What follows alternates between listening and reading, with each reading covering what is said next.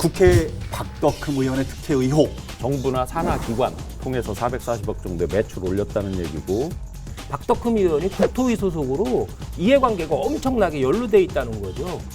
발주를 해달라, 수주를 하겠다 한 적이 없다 이런 거잖아요. 정말 손바닥으로 하늘 간다는 것밖에 되지 않는 것 같아요. 이제 위험스러운 발언일 수 있다고 보는데 예. 이분들이 뭐라고 얘기를 하시냐면 여기 영화의 남산의 부장들의 그런 장면이 있잖아요. 운전 마음대로 그렇죠. 운전 뒤엔 내가 있잖아 하는 것처럼 이제 수많은 댓글이 달렸죠. 내 고향 보훈의 수치다 이런 댓글들이 있어요. 지역 정치에서는 절대 영향을 하나도 안 미칠 것 같아요. 단호하게. 이것을 보도한 프로그램이 스트레이트라는 예. 프로그램이었잖아요. 제대로 잽도 되지 않을 거다. 잽도 되지 않을 거다.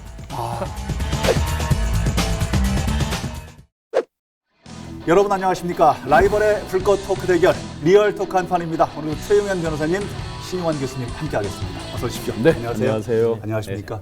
우리를 힘들게 하는 게 너무 많은 것 같아요. 코로나19 때문에 너무 죽겠고, 홍수 장마 때문에 또 예, 그 죽겠고, 태풍. 이제는 또 가을 태풍을 또 걱정을. 가을 태풍만큼이나 충북을 뒤흔드는 휩쓰는 태풍 이슈가 또 있습니다. 국회 박덕흠 의원의 특혜 의혹, 충북 청주경실련의 성희롱 의혹입니다. 의혹. 아유, 참 이 의혹.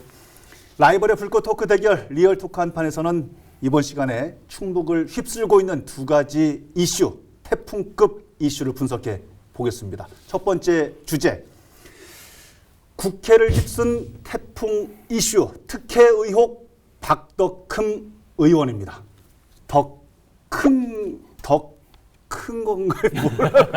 예전에 그 네. 선거 때 선거 이거 로고송, 네네, 방송에도 나왔지만 떡금 해가지고 네. 아니, 굉장히 신나게 지금 들어보니까 네네. 덕흠이니까 더 크라고 자꾸 그런 느낌이 또 그 있네요. 박덕흠 의원께서 그 노래를 되게 즐겨하시고 평소에 꼭 그 마이크 잡고 행사장에서 소개를 하시면 예. 떡금 박덕흠입니다 하고 큰절을 하세요. 그러니까 본인 스스로 굉장히 그걸 좋아하세요. 중앙의 뭐 지상파 유수의 최고 이슈거리가 됐으니까 충분히 크셨네요. 근데요, 이제. 진짜 제가 아무리 발음을 잘하려도 네. 더 커지는. 시청자 여러분이 이름 가지고 뭐라고 그러면 죄송합니다. 수준 낮다고 예. 그래요. 근데 미래통합당뿐만이 아니라 국회의원 전체 중에서도 굉장히 랭킹 순위가 높지요. 네, 5위 안에 재력가로. 네. 항상 5위 안에 드셨죠. 5위 안에 들어요. 맞습니다. 우선은요, 신 교수님께서 네네.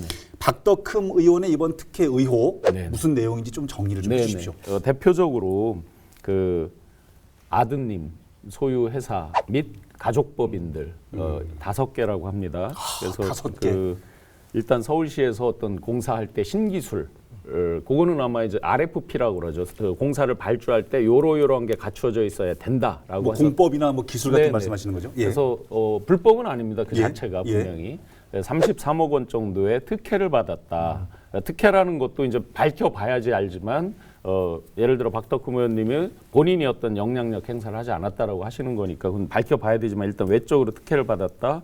그리고 8년여 동안에 가족이 소유한 5개 법인이 약 440억 정도의 그런 어떤 정부나 산하기관, 네. 일종의 이제 그 피감 기관이죠. 통해서 440억 정도의 매출 올렸다는 얘기고, 그다음에 그 전문 건설업 협회장을 하셨어요. 그렇죠. 그 협회장 하시면서 어떤 충북 음성의 소재한 골프장을 인수하는 과정에서 어떤 돈이 사라졌다 하는 의혹도 보도를 했고, 예. 그다음에 아파트 73억 정도 시세 차익이 이렇게 그동안 오른 거에 대해서 나도 올라서 화가 난다. 이 발언으로 사실은 제가 보기에는 조금 이제 국민들의 감정선을 건드리지 않았나. 네. 아파트 값이 얼마나 올랐다고요? 그러니까 올라간 시세 차익이 73억이라고 그래서 했는데 화가 난다고요. 73억 이렇게 올랐다고. 이제 발언을 하셨어요. 뉴스에도 보도가 됐지만 예. 나도 올라서 화가 나는 사람이에요. 왜냐하면 올라가 봐야 세금만 더 내고 건보료도 더 내고 이렇게 되니까 나도 아우. 화가 납니다라고 했는데 이제 수많은 댓글이 달렸죠. 나도 화 좀 내고 싶다. 나도 그래서 화 좀 내고 싶다. 이런 이제 댓글들. 본인도 억울하다는 거죠. 실질적으로 자기가 환가에서 이득을 취한 것도 없고 세금만 더 내는 꼴이 됐다. 나는 오히려 피해를 봤다라고 주장을 하고 있는데 예. 그 73억이 어디 가나요 그러면? 자기가 엉덩이에 깔고 앉아 있는 거고 저도 세금 조금 내고 73억 갖고 있었으면 너무 좋을 것 같아요. 아니 국회의원 지금 3선이시잖아요. 네네. 그리고 전문 건설협회 회장도 굉장히 오래 하셨고 네. 지역에서 근데 이런 말씀을 하신다는 게 저는 그런 말, 조금- 저 전체적으로 객관적 팩트는 뭐냐면 네. 그 M본부에서 보도 취지는 뭐냐면 네. 이렇게 이제 강남 아파트가 6년 사이에 70여 원을 올랐고 그 다음에 뭐 각종 그 피감기관으로부터 공사를 수주하고 특히 이제 기술 사용료 명목으로 앉은 자리에서 30몇 억을 벌었다라고 네. 하는 게 문제가 뭐냐면 박덕흠 의원이 국토위 소속으로 이 전문 이해관계가 엄청나게 연루돼 있다는 거죠. 그렇기 때문에 부적절하다. 뭔가 문제가 있지 않냐라고 문제 제기를 했던 것이죠. 하필이면 활동하는 상임위가 국토위여서 그래서 야당 의원들이 사보임해라 이렇게 했던 거 아닌가요? 네, 그런데 네, 맞습니다. 본인은 만약에 그러면 난 지금 잘못이 없는데 그렇게 하면 내가 잘못한 거 인정한 꼴이니 나는 안 하겠다 이렇게 버티다가 결국은 또 신청을 또 했어요. 또 이거 어떻게 봐야 되는 거예요? 개인적으로 보면 박덕흠 의원이 굉장히 여유도 많으시고 또 따뜻한 그런 마음도 있고 평소에 이렇게 기자분들 아마 그 M본부에서 취재 후일담에서도 굉장히 여유 있게 따뜻하게 잘 맞이해줬다 이렇게 여기서 이제 보도는 했어요. 한 판에도 오셨잖아요. 예. 네네. 예. 그리고 굉장히 주변 사람들한테도 이렇게 잘 감싸주고 하니까 아마 지역에서 압도적인 표차로 당선도 되고 하셨는데 예. 문제는 국회에 보면 18개의 위원회가 있습니다. 상임위원회도 상임위. 있고 이제 예결특위처럼 이제 특위도 있고. 특위도 있고 있는데 그 중에서 가장 인기가 있는 1순위가 국토건설 국토교통위원회. 국토교통입니다. 예. 그거는 아무래도 눈에 보이는 거 자기 지역에 뭘 유치해 줄 수 있는 거잖아요. 가장 크게. 예. 그런데 그 가장 좋은 거에 지금 연속해서 3선째 첫 1선 초선을 했을 때 중반부터 시작해서 지금까지 이제 하고 계신데 6년째 하고 마침 있다고. 이제 580여 원의 재산 가운데서 절반 이상이 부동산 자산을 보유하고 계시기 때문에 예. 갓근도 고쳐매지 말라. 그죠. 라는 그죠. 그런 거에서 보면 아마 다른 상임위를 하셨으면 좋았을 텐데 계속 국토교통위를 고집을 하시다 보니 더 문제가 됐던 것 같습니다. 저는 뭐 일단은 사보임으로 사태를 좀 다른 이제 상임위로 옮김으로써 이제 사태를 좀 진정시키려고 그런 것 같은데 저는 오히려 이번 기회로다가 검찰 수사나 감사원에서 감사를 나가야 된다는 것 같아요. 뭐 나중에 방송 중에도 말씀을 드리겠지만 이거는 분명히 뭔가 문제가 있어요.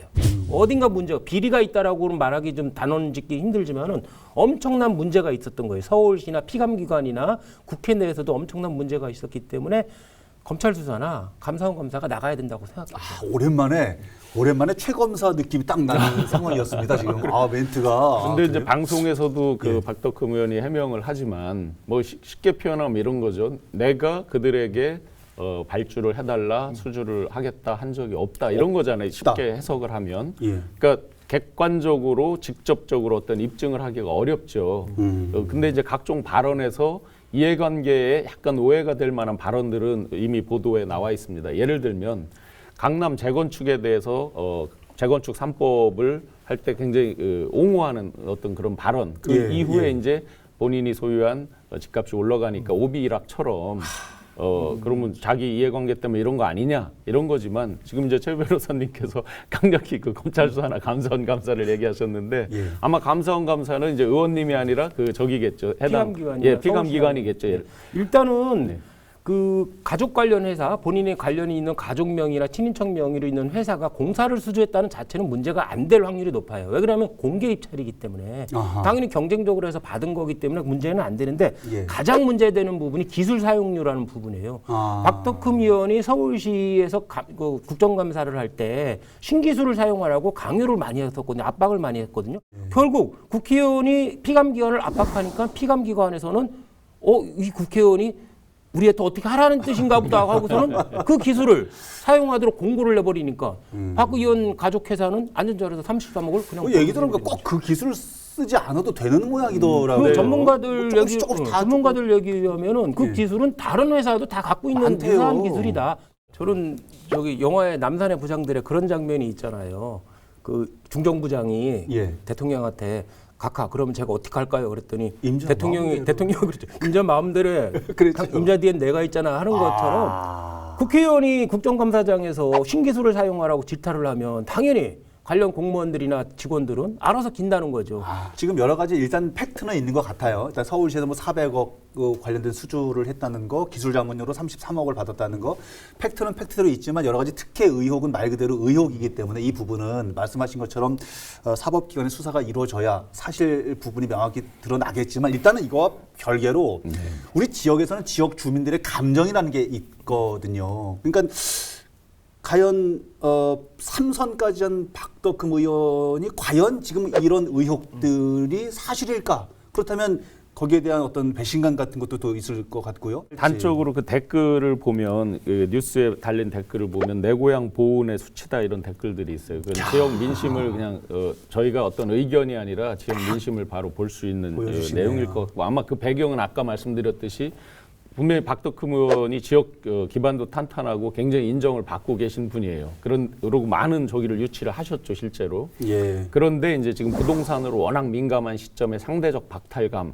이 부분에서 더 크게 작용하지 않았을까 하는 거 한 가지 하고 예. 또 한 가지는 굉장히 이례적으로 원래 국회 내에서 이제까지 윤리특위 이런 걸 개최해서 뭐 제명이 됐거나 아웃이 됐거나 이런 말 거의 못 들어보셨잖아요. 잘못 들은 것 같아요. 상대 당에서 어떤 특정 의원을 상대로 사보임을 하라든지 어떤 뭐 그걸 바꾸라든지 하는 케이스가 거의 없어요. 네. 다 뭐 뒤돌아서면 같이 뭐 악수하고 또 뭐 밥 먹으러 다니고 그런다고 그 방송에서도 M본부에서도 이제 그런 얘기들을 하는데 그런데 이례적으로 지금 더불어민주당에서 굉장히 강력하게 대변인 성명도 내고 하면서 사보임을 요구를 했죠. 좀 그렇죠, 특이한 그렇죠. 케이스죠.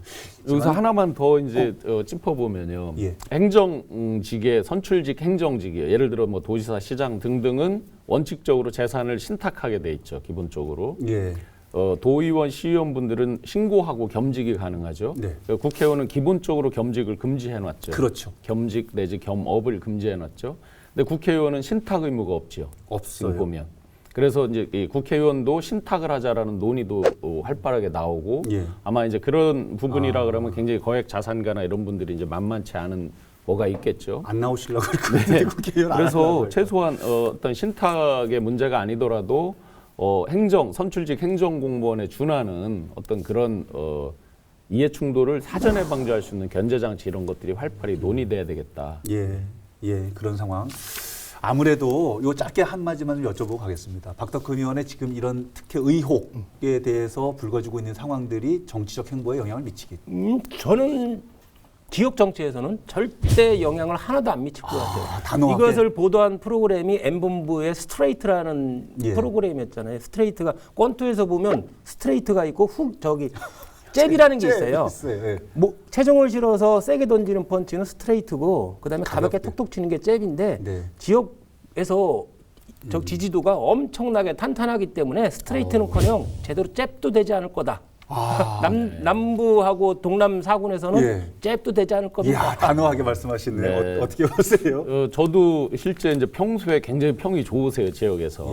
예. 그리고 주변 분들에게 이렇게 굉장히 잘하시는 모습을 많이 봐왔고 또 예. 그런 것들이 정치적 자산으로 같이 커 올라오셨기 때문에 지금 이런 부분에서 어떤 본인이 이제 이런 인터뷰를 하셨잖아요. 왜곡되거나 어떤 오해 소지나 또 어떤 비방 이런 쪽의 것들도 많다. 그래서 법적 대응할 건 하겠다. 그러셨죠. 하면서 아마 대응을 하고 하다 보면 지역에서 어떤 선거나 정치에 미치는 영향력은 별로 없을 것이다라고 추정은 됩니다. 그래요. 알겠습니다. 상황을 좀 지켜보도록 하죠.